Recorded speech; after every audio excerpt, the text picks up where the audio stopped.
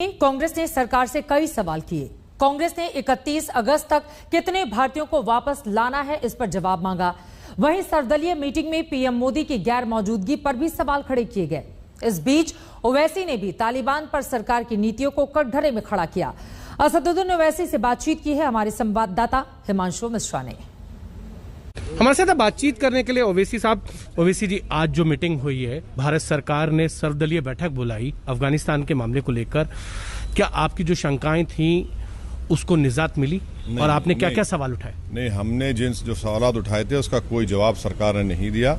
Meeting बड़ी लंबी रही, प्रेजेंटेशन दिया गया, उस प्रेजेंटेशन कॉपी दी गई, जितने सवाल उठाए उसका जवाब गोलमोल करके दिया गया, मगर जो हम सवाल उठाए उसका हमको जवाब मिलना था, नहीं मिला। मिसाल के तौर पर हमने ये पूछा कि भारत सरकार के पास कंटिजेंसी प्लान क्यों नहीं था इवैक्यूएशन का, और इतनी तकलीफ हमको क्यों हो रही है। हमने ये पूछा कि हमने 200 एम्बेसी के स्टाफ को हमारे क्यों ला लिए, आप थोड़ा स्टाफ का प्रेजेंस काबुल एयरपोर्ट पर मेंटेन कर जैसा नेटो ने और यूएस ने किया। हमने अफगानी नेशनल जो हमारे एम्बेसी में काम करते थे उनको क्यों छोड़कर आ गए, उनको क्यों नहीं लाया आपने, और अमेरिका से हमारा क्या कोऑपरेशन है।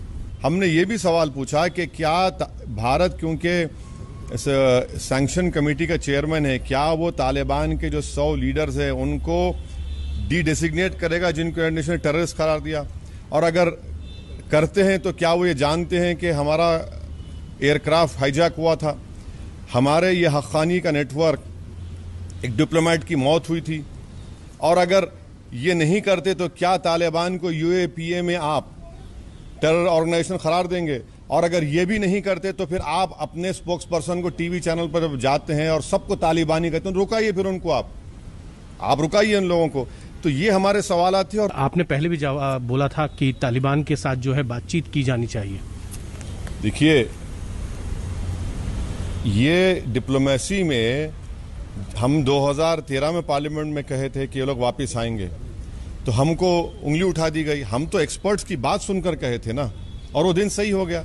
मोदी सरकार के 6.5 साल में 3 मरतबा हमने कहा कि ये हो रहा है, क्योंकि जब अमेरिका ने कह दिया कि हम निकलने वाले हैं और उन्होंने डेट भी दे दी, हम किसके इंतजार में थे? फिर हम किसके इंतजार में थे? आज आप पूरे 4 कॉन्सुलेट बंद, एम्बेसी बंद, 200 स्टाफ आ गया आपका यहाँ पर, और बहुत सी बातें हैं जो मैं टीवी चैनल पर नहीं बोल सकता, जो सरकार को मालूम कैसे हमने एम्बेसी छोड़कर आए, हमको कैसे रास्ते से क्या क्या गुजरना पड़ा। और फिर आप जो इस गवर्नमेंट के खिलाफ जाता है उसको तालिबानी बोलते हैं। आप तो करिए ना, यूएपीए में लगाइए उनको, कौन रोक रहा है? ऑर्गेनाइजेशन लेके आइए, वो भी नहीं करते आप।